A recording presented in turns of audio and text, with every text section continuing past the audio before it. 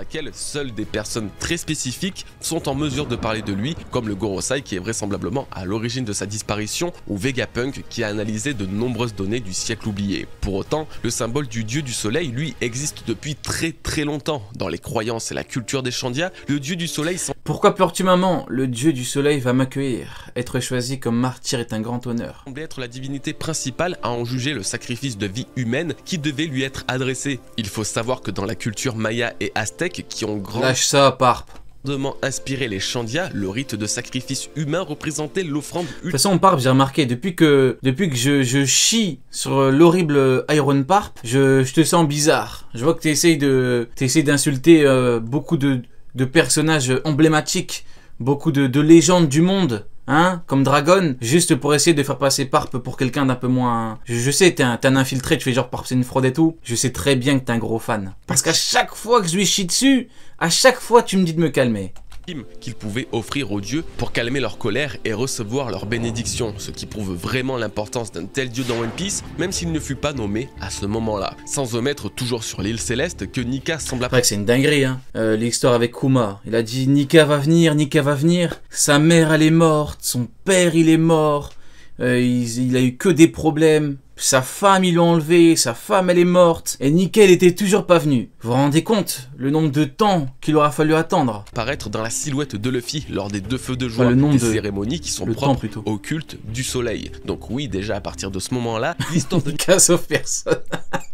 Nika commence non, mais en vrai, voilà, Nika choisit apparemment, choisit les personnes qu'il veut aider. C'est triste, hein, mais regardez Kuma. Toute sa vie, il a souffert, il a dit Nika. Ah bah Nika, il est pas venu, hein. Ça peut être, en vrai, ça peut être triste, mais c'est une réalité, hein.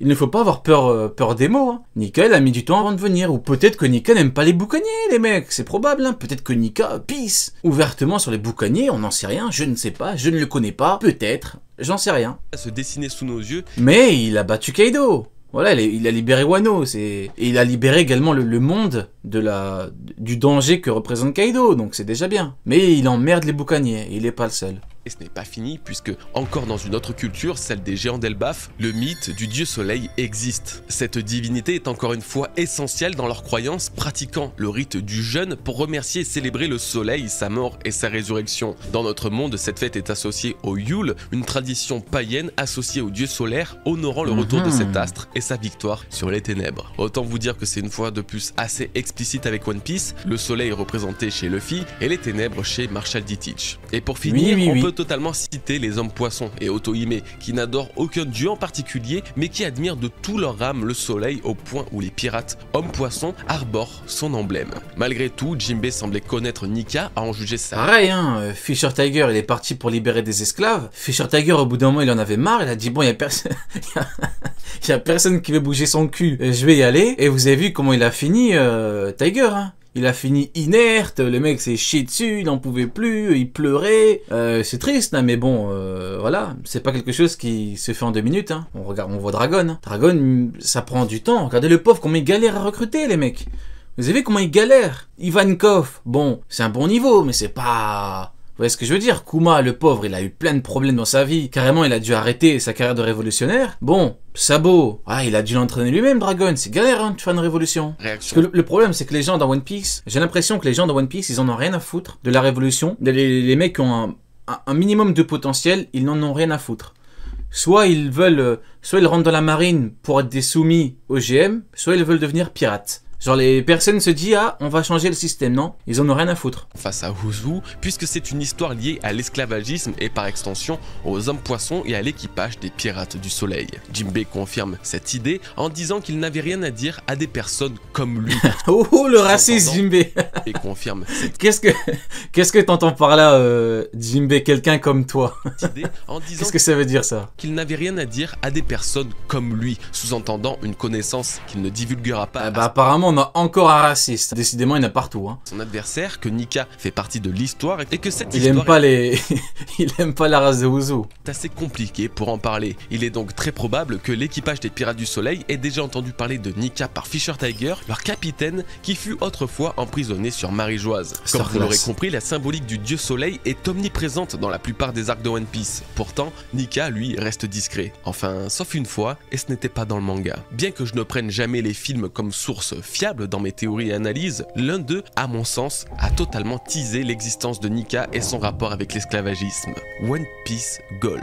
Ce film qui met en avant l'aventure des Mugiwara sur l'île de Tesoro. Ah, Tesoro, hein. Encore un mec qui a totalement vrillé à cause du GM. Hein. Vous savez ce qu'ils ont fait à... sa famille, Tesoro, ceux qui ont vu le film il y a pas longtemps. Après, moi ce qui me fume, c'est qu'après les mecs du GM, les mecs de la marine s'étonnent que les gens deviennent fous. Vous voyez ce que je veux dire? Ils font que des dingueries, après ils s'étonnent que les gens câblent, que les gens font n'importe quoi. Est également le premier à mettre en lumière les dragons célestes tant par leur présence directe que par l'exposition de leurs pratiques esclavagistes. Regardez-moi ça. Puisque Guild Tetsuro, antagoniste principal du film, fut autrefois... Il a vrillé le frérot, regardez-le. Il a vrillé. Esclave des Tenryubito. Dans les quelques bribes de son passé que l'on peut apercevoir dans le film, une scène le montre esclave et menotté, les mains jointes en train de prier. Il est évident. Voilà ce que Dragon combat les mecs. Vous voyez, Dragon il voue sa vie à cette cause, à les détruire. Comment voulez-vous que on me demande sérieusement de chier sur Dragon? Vous voyez ce que je veux dire? Mais moi je peux chier sur des mecs comme Parp. Vous voyez, des gens qui ont donné leurs fesses au GM, des mecs comme Kizaru qu'on envoie comme des toutous, des mecs comme Akainu, on lui demande du homard. Un mec qui combat le GM, comment est-ce qu'on peut décemment me demander de lui chier dessus, les mecs, s'il vous plaît? Réveillez-vous. Possible de passer à côté quand on... C'est une dinguerie quand même, chier sur Dragon. Non, non. Chapitre 1018, on mentionne pour la première fois la croyance de Nika chez les esclaves qui priaient pour sa venue et pour être sauvés. J'ai donc la conviction que cette scène n'a pas été ajoutée pour rien et qu'elle serait l'une des rares à avoir teasé la prière du dieu soleil.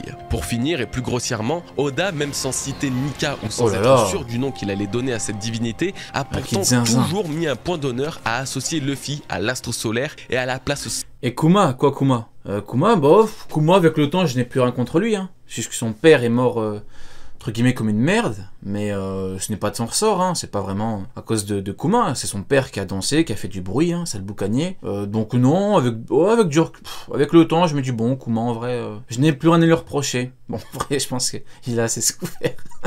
En fait, Kuma, si tu veux, il a assez souffert pour que je doive en plus le terminer. Ça sert à rien, tu vois, parce que... Non, Kuma, c'est bien, quoi. Central qui tient dans l'histoire. Il a assez souffert, le frérot.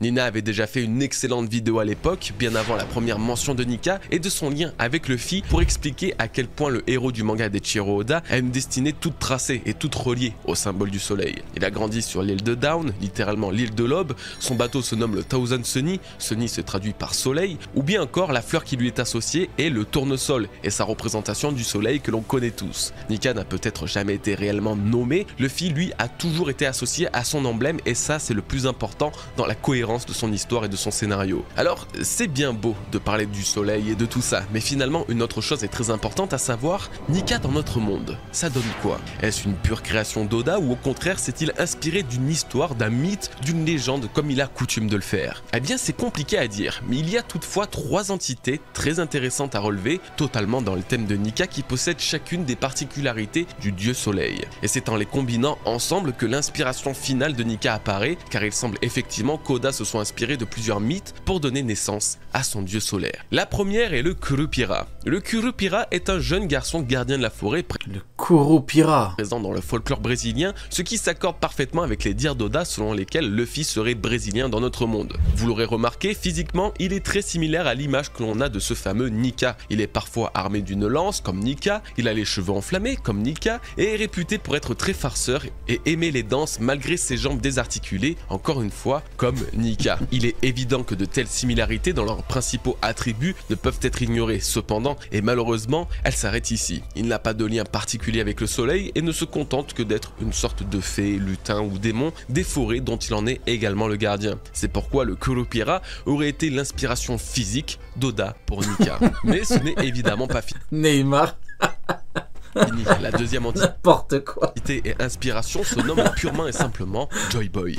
Oui, le même Joy Boy mentionné par Zunesha, Robin ou encore Roger et Oden. S'il était quasiment impossible à l'époque de trouver une référence concrète depuis la première mention de Nika au chapitre... Non mais j'aime bien le Kura, je sais plus quoi là, le Kura Pira je crois. J'aime bien, hein. La petite pause... Ouais, j'aime bien un truc articulé, je sais pas quoi là. Ouais, j'aime bien. 18, un lecteur anglophone Non mais quelqu'un qui est joyeux, farceur, je crois, bah ça colle, hein.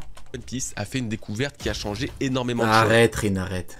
Joy Boy est bien une divinité ayant eu sa place dans notre monde et son folklore. Pour en savoir plus, il faut se procurer la rare et coûteuse encyclopédie des choses qui n'ont jamais existé, qui semble être l'un des seuls documents datant de 1985 à mentionner l'histoire de cette divinité. J'en ai fait l'acquisition et pour les fâchés de la langue anglaise, je vais vous en faire la traduction. Joy Boy est un personnage antillais qui personnifie le besoin humain de danser, de chanter et de jubiler. Il est apparenté au seigneur des danseurs qui inspire les festivals. Seigneur des danseurs qui inspire les festivals dans les pays froids. Et il semble probable qu'il ait voyagé vers les Caraïbes avec une première cargaison d'esclaves d'Afrique de l'Ouest. Joy Boy sourit perpétuellement à tous les travers et problèmes de l'humanité et soigne les troubles humains en tapant un rythme irrésistible sur son tambour. Quiconque entend la musique de Joy Boy est contraint de danser et de chanter avec lui jusqu'à ce qu'il... Un titre vraiment mitonnant, mais il y a le Seigneur des Ténèbres, Seigneur des Pirates, Seigneur des Danseurs, bon, c'est pas... Ouf, voilà, ça ne m'inspire guère confiance, on va dire. Non, ça ne m'inspire guère puissance, mais bon, c'est pas le but de toute façon. Enlever le manteau noir du désespoir. Vous l'aurez compris, ce livre est l'un des très rares, voire même le seul à ma connaissance, à parler de ce dieu qui est totalement et absolument relié à la description que l'on nous fait de Nika, une divinité qui, au rythme de ses tambours, apporte la joie et efface la peine des esclaves. Cette découverte nous permet de totalement assimiler le Joy Boy du manga, attendu par Roger et reconnu par Zunesha, au rôle de Nika qui est de libérer les esclaves au rythme de son cœur résonnant tel un tambour. C'est indéniablement une grande découverte qui nous permet de prendre conscience... Vous êtes trop des gamins. qu'Oda va bel et bien très loin dans la mythologie et que ses connaissances ne se limitent pas qu'à la surface visible de cet iceberg de légendes et de folklore. À présent que l'inspiration pour l'apparence physique et la personnalité de Nika a été trouvée, il ne reste plus qu'à découvrir l'origine de son nom. Oda n'a pas choisi le nom de Nika par hasard, pas avec tout ce qu'on a vu depuis le début de cette vidéo. Et ça tombe bien puisque si Nika n'est pas un mot ou un nom très commun, vous allez voir qu'il n'en reste pas moins très bien choisi pour le dieu du soleil. La première référence tirait son inspiration de Nike, la déesse... Oula, Goji. Oula. Pour le dieu du soleil. La première référence tirait son inspiration de Nike, la Comment ça, mon ref? déesse grecque de C'est le mec qui fait genre de pas... Comment ça, mon ref? Goji, attention, tu veux qu'on se fasse ban ou quoi? C'est... dieu du soleil. Doucement. La première référence... Il a glissé, là. Il a dérapé comme Rossi, là.